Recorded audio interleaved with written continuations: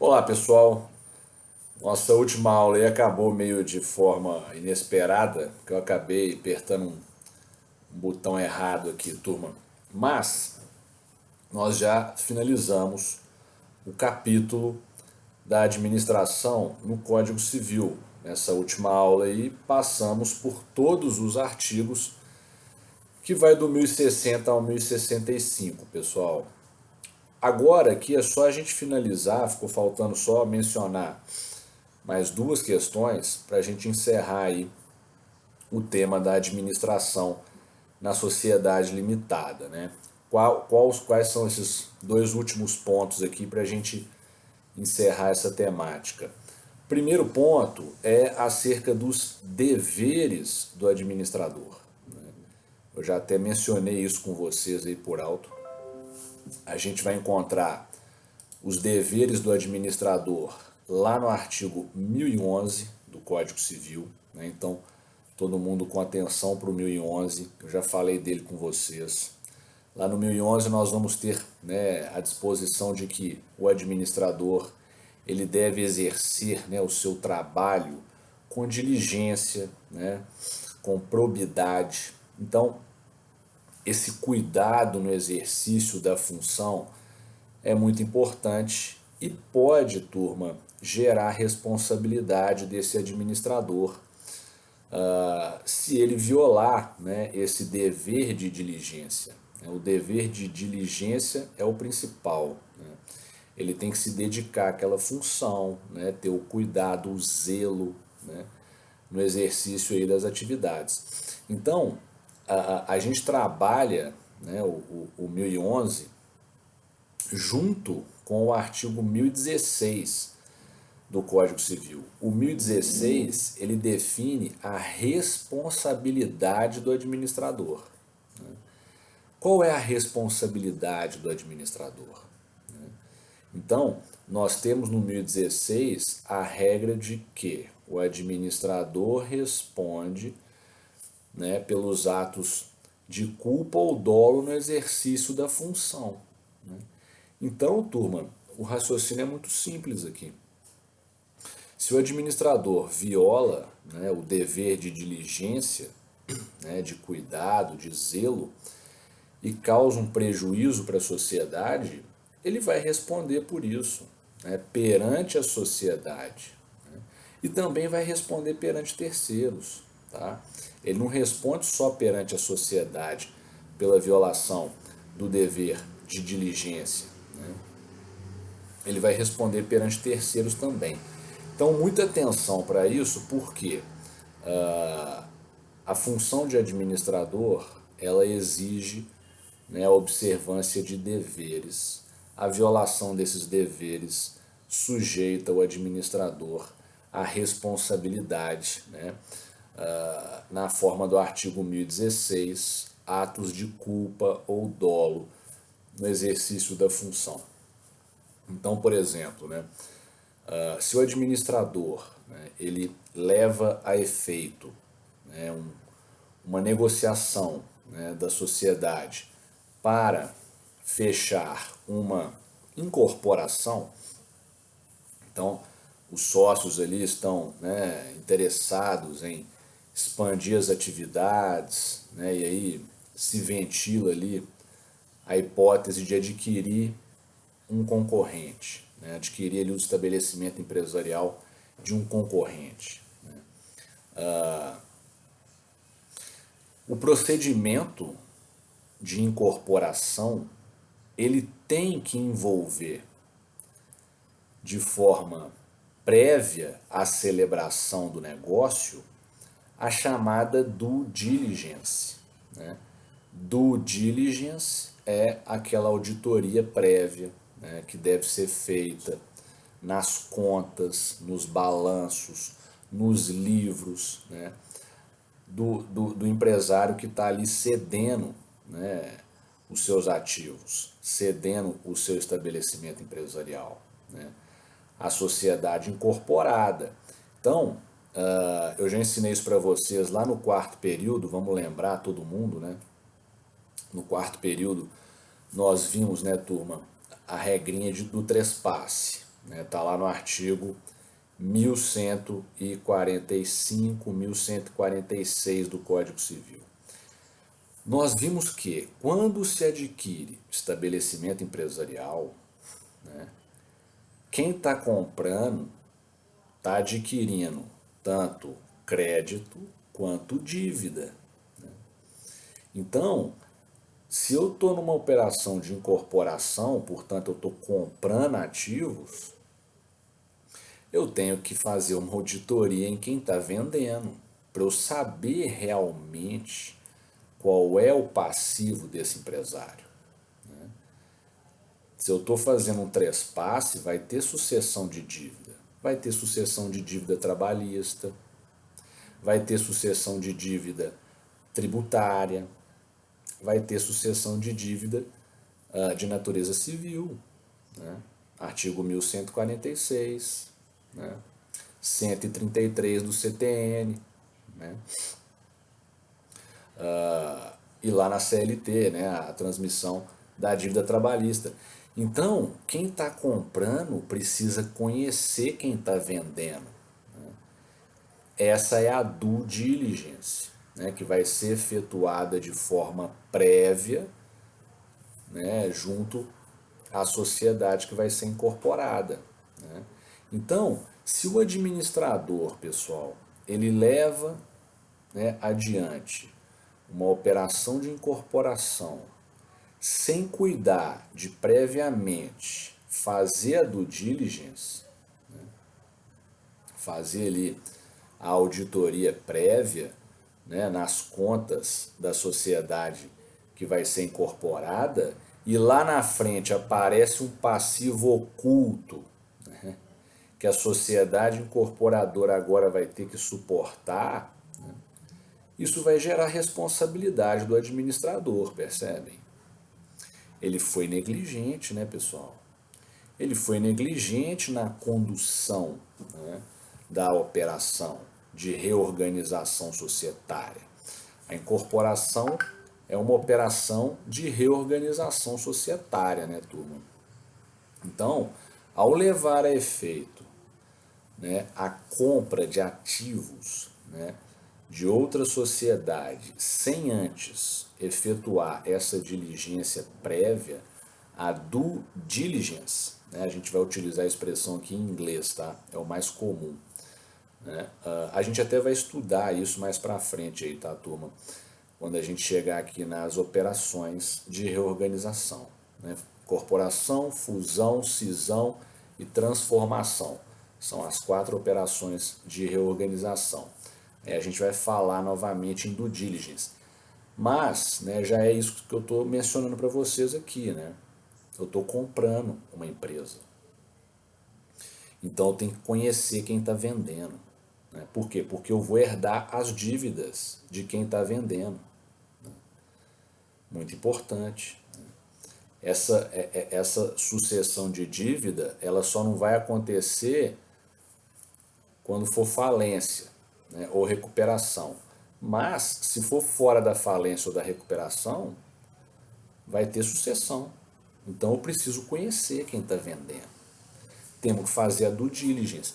Se o administrador dá sequência na operação sem fazer a due diligence e lá na frente aparece um passivo oculto, né, que não era conhecido no momento da transação, por quê?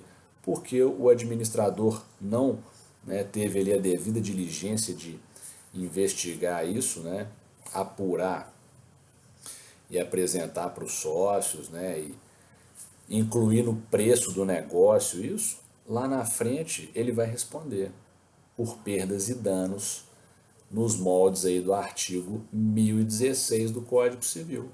Né? O administrador foi negligente, atuou, portanto, com culpa. Né? Com culpa. Percebe?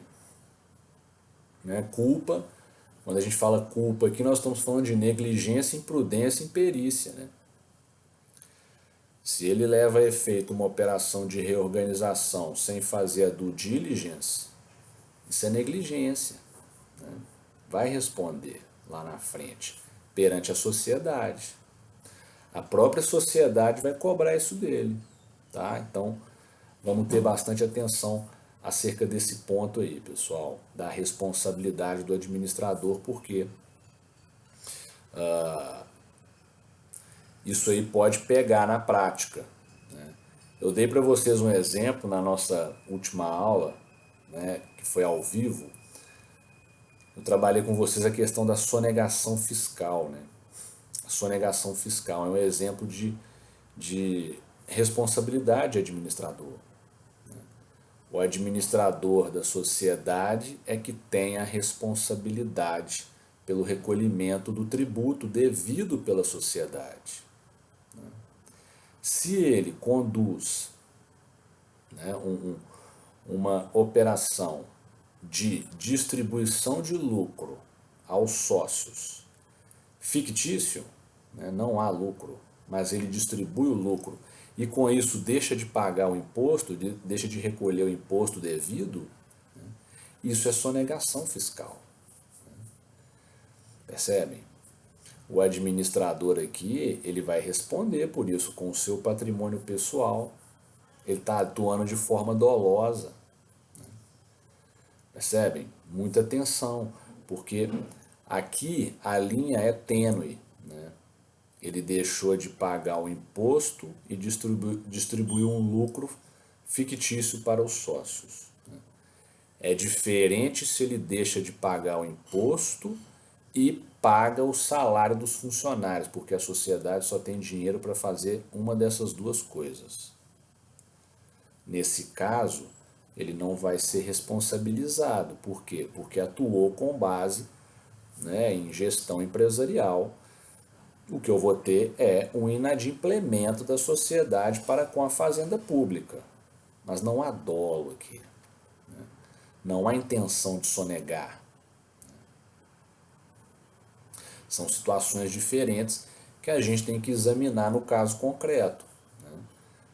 Perfeito? Então, vamos ter atenção para isso aí, pessoal, porque esses dois pontos, né? Os deveres do administrador e a responsabilidade do administrador. Deveres no 1011, responsabilidade no 1016. Agora, lá na Lei de Sociedade Anônima, no artigo 153, nós vamos ter outros deveres do administrador. A gente até vai trabalhar esses deveres aí mais para frente, quando entrarmos no tema da SA, da Sociedade Anônima, mas logo de cara, né, nós temos deveres lá na lei de SA que também vão ser aplicados aqui, né, na sociedade limitada. Então nós podemos destacar deveres de sigilo, é importantíssimo o dever de sigilo. Né? O que significa isso? O administrador ele tem acesso às informações estratégicas da sociedade. Ele tem que guardar segredos sobre essas informações. Então, esse é o dever de sigilo. Ele é mais comumente trabalhado lá na sociedade anônima, né, que vai ter capital aberto em bolsa de valor, né? E aí o administrador tem que ter toda uma reserva sobre as informações que ele divulga ao mercado. Mas aqui na sociedade limitada nós podemos trabalhá-lo também. Né? Guardar sigilo dos negócios da sociedade é atuar com lealdade para com a sociedade. Né? O administrador ele tem que ser leal para com aquilo ali que ele está conduzindo. Né? Ele não pode ter uma atitude de concorrência desleal. Né? Então ele tem que guardar sigilo dos negócios empresariais, ele tem que ter lealdade para com a sociedade, transparência, né, no trato com os sócios. Aqui, na questão da transparência, a gente destaca um dever que é importantíssimo do administrador, que é o dever de informar. Né? Dever de informar, que a gente utiliza muito na prática aí pela expressão disclosure. Né? Disclosure. Quando vocês ouvirem essa expressão disclosure, tá ligado ao dever de informar. O que é isso? Sempre que os sócios, pessoal, pedirem, né, informações ao administrador, né, quiserem ali, né, acessar, né, os livros empresariais, os balanços, né, fazer alguma diligência ali acerca da documentação da sociedade, etc., o administrador tem que atender. Tá? Ele tem que atender, ele tem que informar os sócios, ele tem que manter os sócios sempre informados dos negócios sociais, né, do que está acontecendo com a sociedade. Né? Então, o administrador não pode ocultar a informação dos sócios. Né? Os sócios são os donos do negócio. Né? Então, o administrador tem que informar, né, aos sócios em que pé as atividades estão, né? Ele tem que agir com transparência, né? Atender os sócios sempre que for solicitado, né? Sempre que for demandado. Então, muita atenção para isso aqui, é o dever de informar, que se aplica na limitada. Ele vai ter uma atuação mais significativa lá na SA, a gente até vai ver isso depois, uma vez que a lei obriga o administrador a divulgar ao mercado, né, toda e qualquer informação estratégica, toda e qualquer informação sobre a sociedade que influa no preço da ação na Bolsa de Valores. Essa é uma regra lá da lei de SA, tá? Que a gente vai estudar ainda. Sempre que o administrador, né, ele tiver de posse de uma informação que possa influenciar o preço da ação na bolsa, ele tem que informar ao mercado. Isso lá na SA. Aqui na limitada, né, como nós não temos aí capital aberto, a limitada, né, ela não tem ações em bolsa, o dever de informar ele já tem uma outra tônica. Né? A tônica do dever de informar aqui na limitada é a informação aos sócios. Né? É a transparência para com os sócios, sempre que solicitarem aí informações do administrador acerca dos negócios sociais. Ok? É essa que é a ideia aqui, é o chamado disclosure. Né? A gente utiliza essa expressão na prática, tá, pessoal? Disclosure. Né? Então anotem aí, depois deem uma pesquisada. É essa que é a ideia. Então, o administrador tem deveres, né? Dever de diligência, probidade, né? Lealdade, dever de informar, dever de sigilo. Né? Ele tem que observar esses deveres. Né? A violação desses deveres chama a aplicação do artigo 1016, a responsabilidade por atos de culpa ou dolo no exercício da função. Responsabilidade essa tanto perante a sociedade quanto perante terceiros. Ok, pessoal? Então, muita atenção para isso aí. Né? Vamos encerrar aqui então essa nossa aula de administração. Passamos aí por todos os pontos. Ao longo da matéria, né, nós vamos trabalhar mais regras aí envolvendo o administrador, né, no que tange aí aos demais órgãos da sociedade, tanto a Assembleia quanto o Conselho Fiscal. E aí eu vou ficando por aqui, pessoal. Qualquer dúvida aí, vocês me mandem aí pelo SGA, ou então a gente trabalha ela aí na nossa próxima aula, tá? Turma, muito obrigado, grande abraço para vocês, até mais, pessoal.